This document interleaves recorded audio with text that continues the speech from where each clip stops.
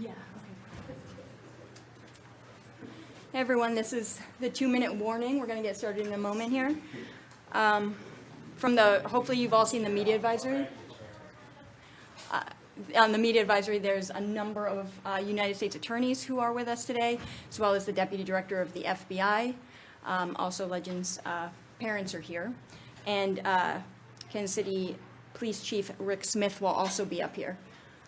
The photos that you see up here are just some of the guns that have been seized in Kansas City since the operation began. I think there's approximately 80. This is obviously just a few of them. If you guys have any questions before we get started, let me know if you need names. But again, there's about 12 people back here, so if you can look at the media advisory for everybody's names, that'd be great. Good? All right. Be about 2 minutes.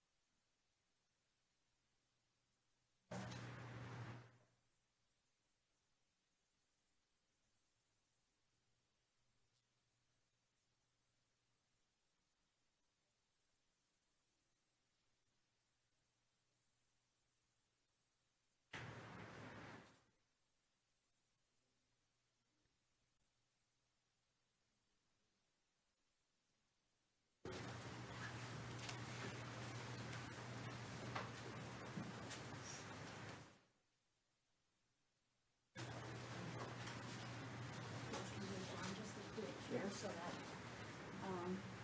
we stand there, keep moving. You can be right behind the AG. Maybe a little bit further.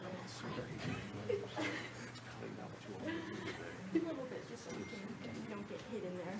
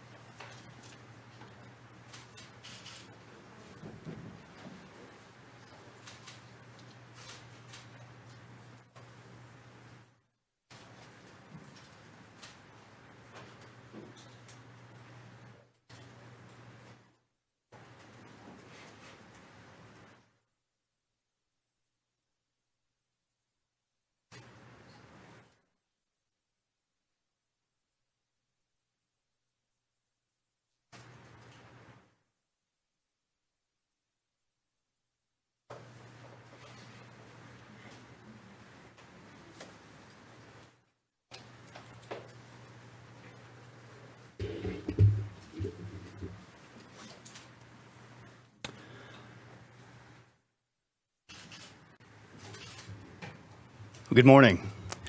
My name is Tim Garrison, and I'm the United States Attorney for the Western District of Missouri. Last month, the Department of Justice announced an unprecedented surge of criminal investigators from the FBI, the DEA, the ATF, and the United States Marshals Service to support, not supplant, but support the Kansas City Police Department in response to an unprecedented surge in violent crime in this city.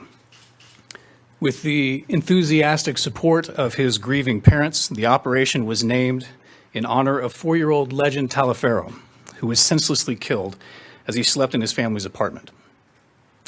His parents, want Legend's legacy to be a reduction in the violent crime plaguing cities across our country, and we are honored to have them with us today. Operation Legend is working. In just 4 weeks, it's resulted in the arrest of 18 homicide suspects and the seizure of over 70 illegal firearms. In June, Kansas City had more than 3 killings every 4 days. Since our announcement on July the 8th, that rate has been reduced to fewer than 3 killings every 5 days.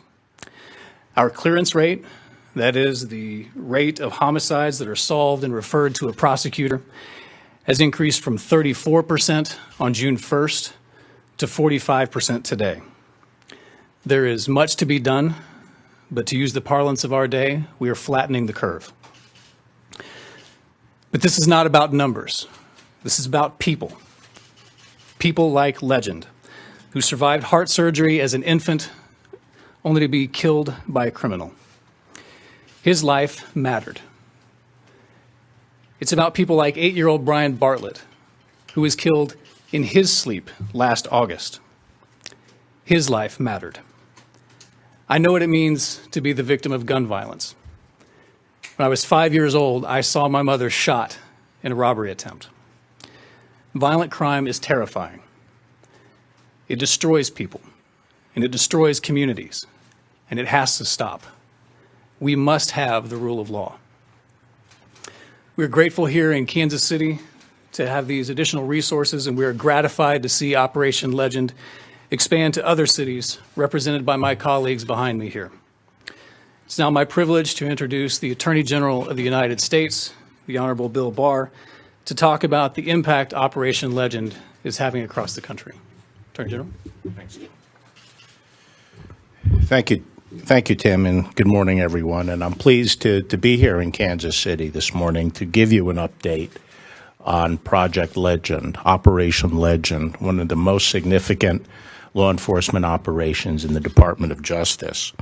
And I'd like to thank Chief Smith, the chief of the Kansas City Police Department, for his superb leadership and for hosting me today. We launched Operation Legend in Kansas City, and one of the key factors in that decision was that we were working with a superb police department and outstanding police leadership. 3 weeks ago, we've substantially expanded Operation Legend, and we are now underway in 9 U.S. cities.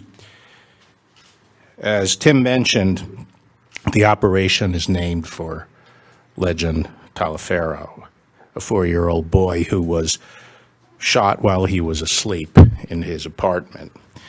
For us, Legend is a symbol of the many hundreds of innocent lives that have been taken in the recent upsurge of crime in many of our urban areas. His life mattered, and the lives of all of those victims matter. His name should be remembered, and his senseless death, like those of all the other innocent victims in this recent surge, should be unacceptable to all Americans. Through Operation Legend, the federal government has dispatched to these 9 cities, more than 1,000 additional agents to work shoulder to shoulder with our state and local partners. And when I say shoulder to shoulder, I mean literally. I just had the pleasure of visiting the Kansas City Police Department and meeting the homicide squads, the 4 homicide squads and the 2 assault squads, and visiting with them, the Kansas City Police detectives on those squads, but embedded with those squads are FBI agents, DEA agents, and ATF agents, working literally shoulder to shoulder with them to crack these cases. Here in Kansas City, for example, there are 185 additional agents from the FBI, DEA, ATF, and the U.S. Marshals. Also, to support this operation, we've allocated $78.5 million in grants and other funds made available to our state and local partners. These grants, for example, go to support additional police positions. In some states, we have used them to hire more prosecutors, and we have also used them, these funds, to bring to bear some improved technology to help us solve these crimes, particularly in the area of firearms crimes. We saw one result of those efforts last week when Kansas City police arrested the suspected murderer of Legend. The arrest was the product of very hard work by the Kansas City police and was supported by critical assistance from the FBI. This arrest will not bring Legend back, but it will make his case an example of how we can come together to take violent criminals off the street and to make our communities safer. Legend's mother and father are here, and when I met her in Washington, I promised Sharon that Legend's death would not be in vain, and he will inspire us to greater efforts to make Kansas City safe. And Sharon said that she also strongly supported expanding our efforts beyond Kansas City so that other communities around the country can be made safer. So I'm here today with not only Tim, the U.S. Attorney here in Kansas City, but the Deputy Director of the FBI, David Bowdich, who was instrumental in launching Operation Legend. And the other U.S. attorneys from Chicago, St. Louis, Detroit, Cleveland, Memphis, Milwaukee, Indianapolis, and Albuquerque. They're deeply committed to this operation, and we have some encouraging early results. To start, I'd like to put things in a bit of context. The most basic duty of government is to provide for the safety of the community. In 1991 and 1992, first time I was Attorney General, violent crime rate that year was at an all-time high in the United States. It's never been higher. And for the 3 decades leading up to that year, violent crime had tripled in the United States. At that time, we made the decision in the federal government to dramatically increase our role to focus on violent crime. And we launched a series of initiatives focused on drugs, drug organizations, gangs, and gun offenders. And we also expanded our close collaboration with state and local law enforcement and built up task forces to go after these violent offenders and predators. And over the next 25 years, the crime has steadily fallen, and it's now half of the level it was in 1991 and 1992. That's a lot of lives that have been saved. Now, in 2015 and 16, it went up a little bit, but I'm happy that at least during the last 3 years of this administration, it again is on a downward trajectory, except for this year, 2020. Well, we haven't finished the year yet, and we haven't looked at all the nationwide numbers reported yet. This could be a bad year for violent crime and arrest a trend that, as I say, has been going on for almost 30 years. This spike may have a lot of reasons behind it. I think some of it may be the pent-up aggression prompted by the state and local quarantine orders. I definitely feel a lot of it is due to the premature release of dangerous criminals by the courts and by prosecutors. And I think it also is related to the efforts that we've recently seen to demonize police and to defund their work. Operation Legend is the heart of the federal government's response to this upturn in violent crime. Its mission is to save lives, solve crimes, and take violent offenders off the streets before they can claim more victims. Rather than demonizing and defunding our police, we are supporting and strengthening our law enforcement partners at the state and local level. So far, federal state task forces involved in Operation Legend have made almost 1,500 arrests. I think it's 1,485 to be precise. And many of those arrests are for violent state crimes, including 90 homicides, like Legend's murderer. That's more than 90 suspected killers who might still be on the streets without Operation Legend. And in many cities, as I said, the operation is just getting started. Now, we make decisions as we go along in consultation and jointly with our state partners as to whether it makes more sense to pursue a case through the state prosecution system or through the federal system. And so prisoners are charged in both under this operation. Of those arrested, we have charged more than 200 for federal crimes, and that includes more than 100 charged for federal gun crimes, 21 of which have been here in Kansas City. Now, bringing federal charges is helpful because in many states it is very hard now, today, to keep violent criminals in pretrial detention. They're just let right out on the street again. But in the federal system, we have a better ability to hold on to violent offenders, keep them in custody, pending disposition of their case. This is critical for community policing. We hear a lot of talk from people about how important community policing is, and it is, and good police departments have that. But the essential ingredient for it is that the community feels safe when they're dealing with the police and they're providing information to the police.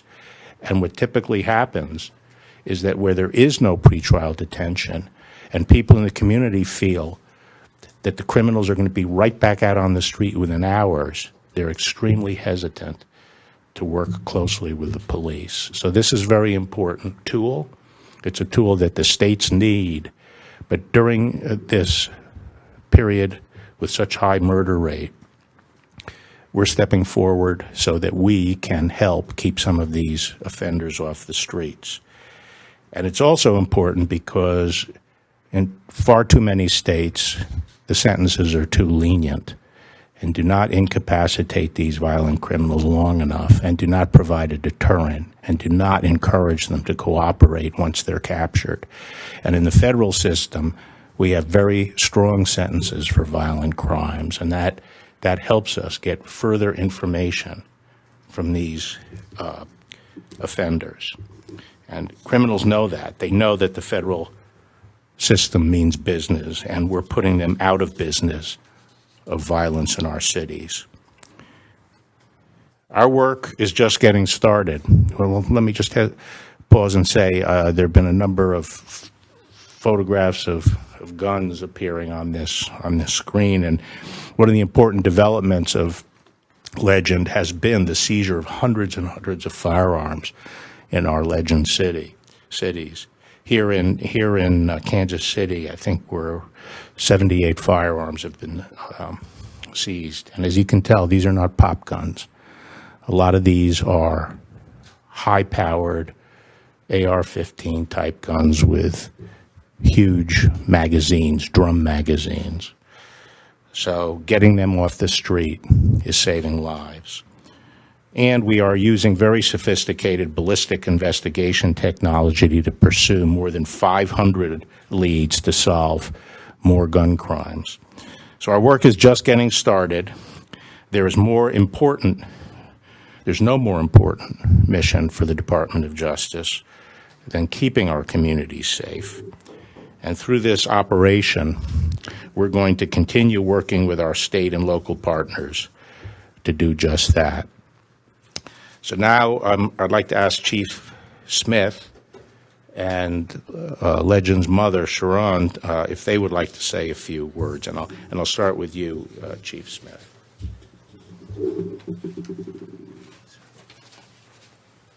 Thank you, Mr. Attorney General. Rick Smith, Kansas City, Missouri Police Chief. You know, this morning as we were going through some things with the Attorney General, one thing became noticeable as we walked through our cases is that we wouldn't have solved the cases as timely as we had, and we wouldn't have suspects in custody without our federal partnerships. When I turned to the Attorney General, I said, this is absolutely making a difference.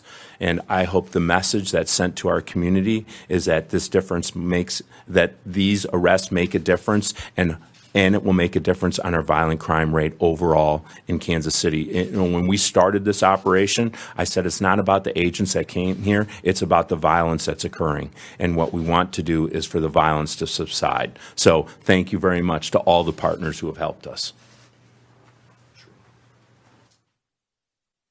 Hello, I'm Sharon Powell, Legend's mother.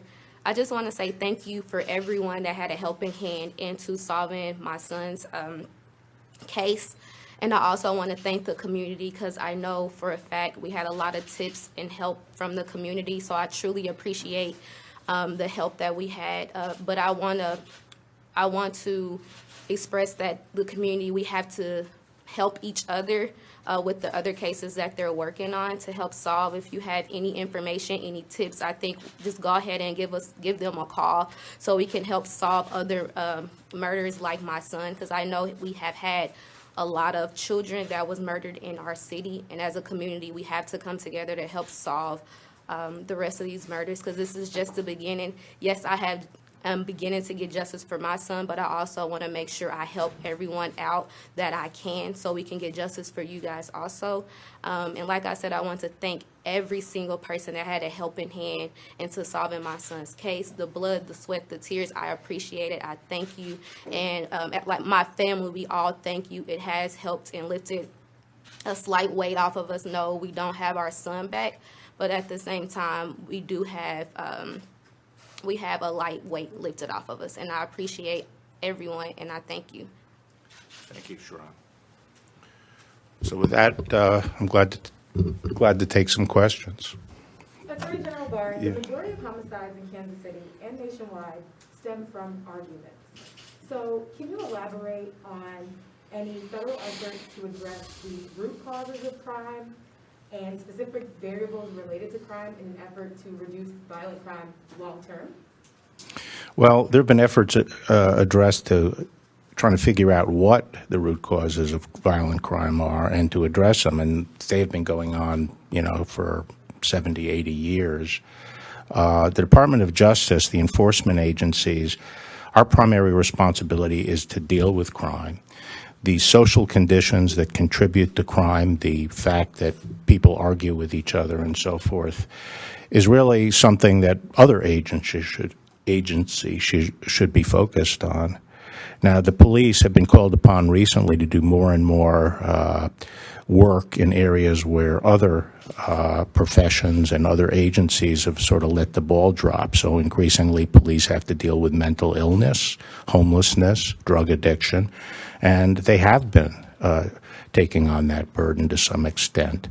But in terms of sort of broad questions about people's argumentativeness and social conditions that make it contribute to crime, the government has been working on that and spending trillions and trillions of dollars over the years on that. And one point I've always made is none of this money spent, none of the educational efforts, none of the vocational efforts or activities, recreational activities, can bear fruit in an atmosphere where there's blood flowing on the street. One of the things has always concerned me is it's always been presented as usually presented as a dichotomy, which is, let's attack the root causes versus those who are actually committing crimes. And it can't be a dichotomy, because none of the efforts to rehabilitate communities can bear fruit in an atmosphere of bloodshed. So the first step, in my view, is to provide safety to the community, and that's the job of law enforcement. You mentioned 1485. That's the number of arrests that have been made under Operation Legend. So far. So far, how many of those people arrested remain in custody today? I'm not sure. Where's Justin? Right here, sir. Yeah, Justin, do you know? We'll have to get the answer for you. I mean, as you know, the marshals have been very active. Let me take this off, sorry. As you know, the marshals have been very active in making arrests on fugitives. And so our expectation is when somebody is a fugitive and they're returned on a warrant, we stand a much better chance in our state or federal court of having that person detained. But we don't have an exact number for you at the moment, but we can work on getting that for you. So that's a very complicated question because there's so many different courts that are in play. But we're working on an answer for it. It's a good question, but we'll get you an answer. The one thing I didn't mention is, in addition to the arrest, we had the marshals apprehending fugitives, and we have apprehended, as part of Operation Legend, over 1,000 fugitives. Most of those are on state charges. Operation Legend is a federal initiative, but the person that was charged with a homicide, killing Legend, will only face the state charges. You mentioned earlier that FBI played a role in this apprehension. Can you tell us a little bit why no federal charges against the gentleman who allegedly murdered Legend? Because as far as I know, there was no federal offense involved in that. Is that correct? Yeah.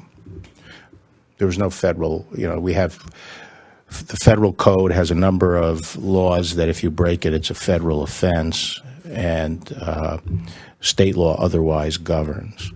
But I guess my question is, what was the federal government role in this operation? Right.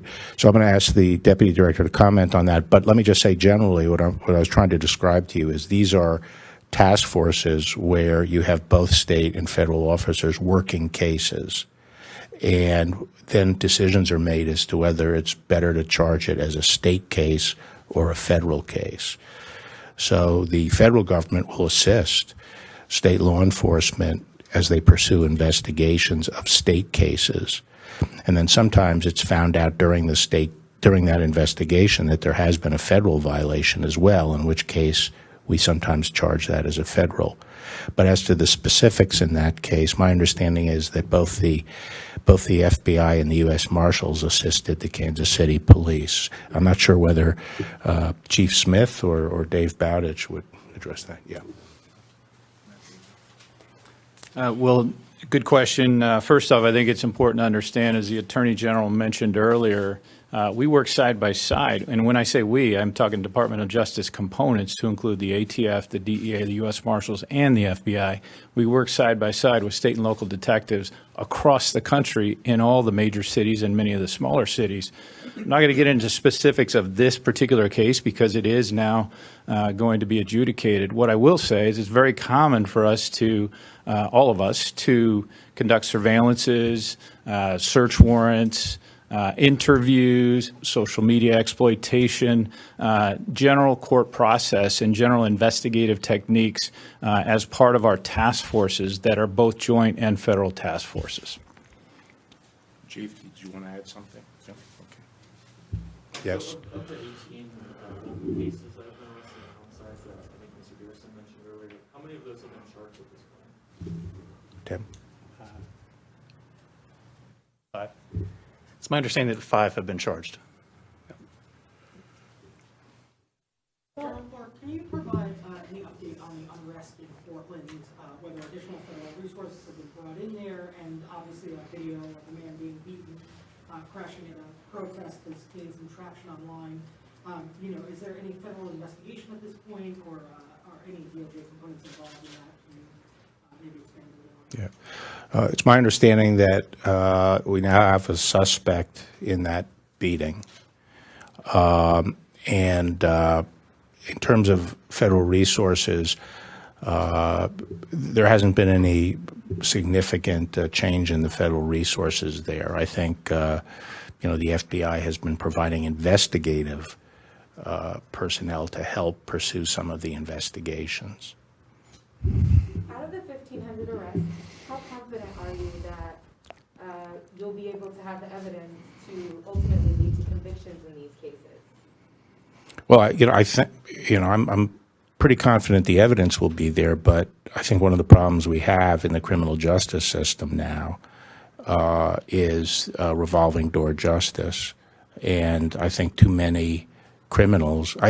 To tell you the truth, during my exposure to the law enforcement community, which goes back over 30 years, there's one constant, which is the police do their job. The police do get the suspect and get the evidence. The system falls apart in the prosecution and trial and sentencing stage.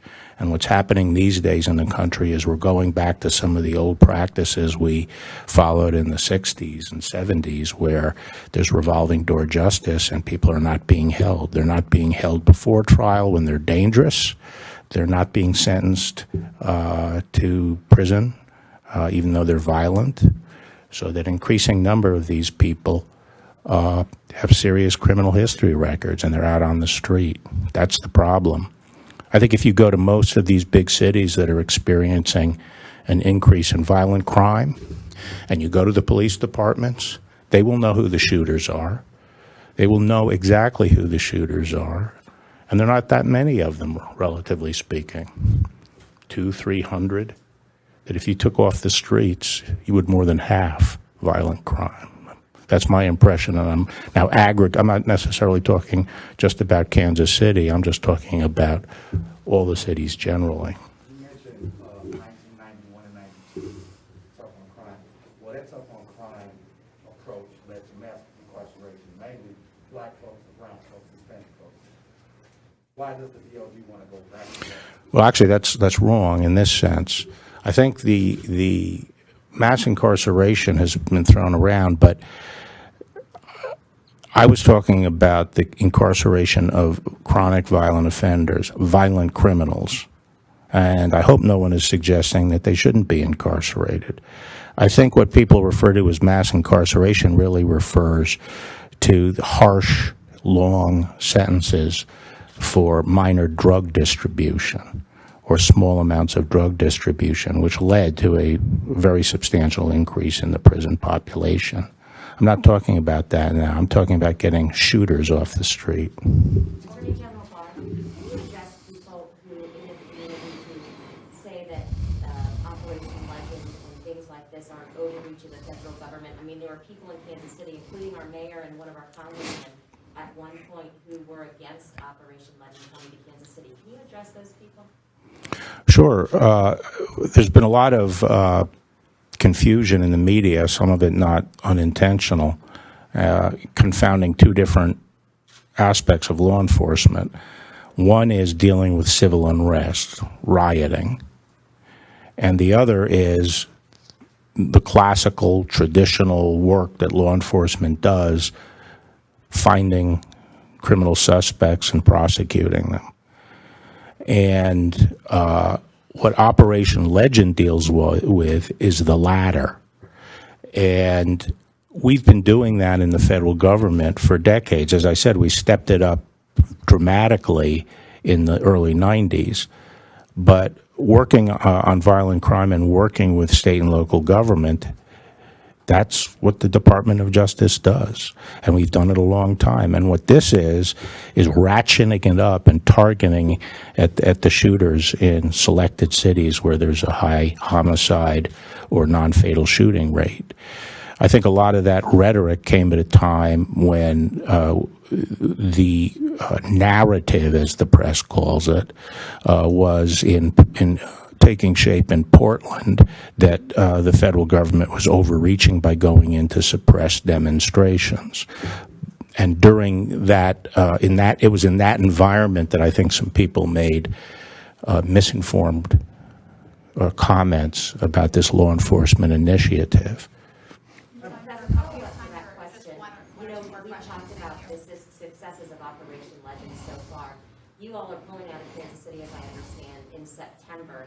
So what comes after this? Like, how is this operation going to continue to be successful in Kansas City after the 185 people that are here helping pull out? Well, we're not pulling out of Kansas City in September. I mean, we always will have a strong law enforcement presence here, and it's really a question of adjusting the levels of additional resources that remain committed, and that's a moving. I mean, that will be considered as we go along. As long as we're successful in taking bad guys off the street, we'll be here.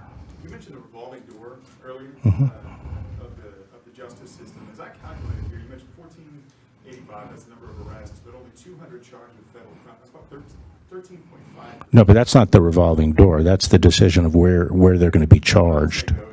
Are you implying that the state and local courts or that revolving door letting people out?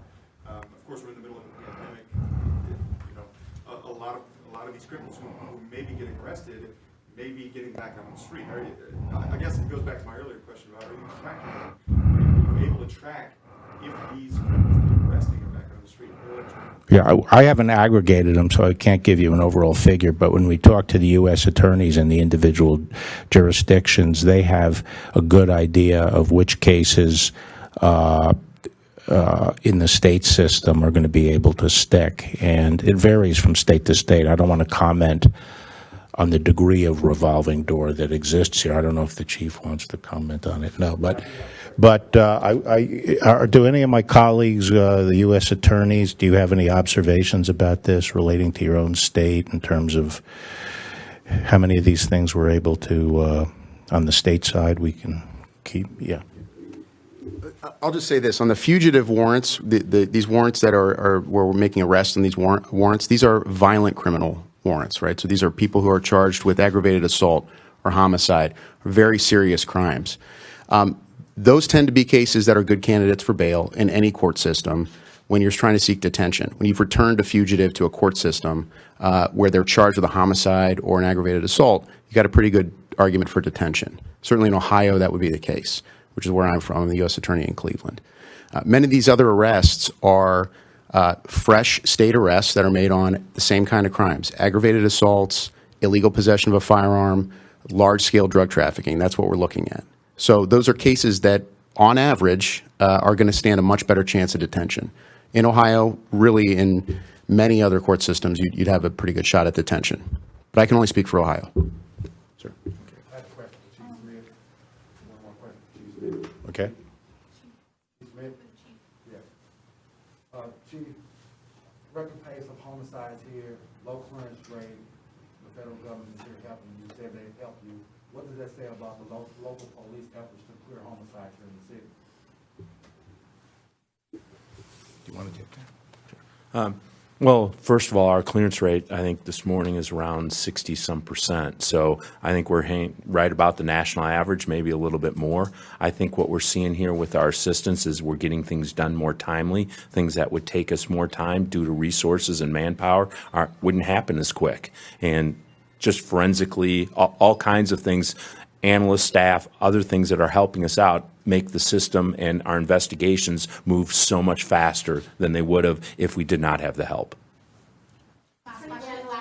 Will Operation Legend include preventative efforts to limit access to firearms to prevent homicides from happening in the first place? Well, I think in terms of ATF's efforts, in terms of going after straw purchasers and other ways that people get access unlawfully to firearms, the answer to that is yes. Okay, thank you.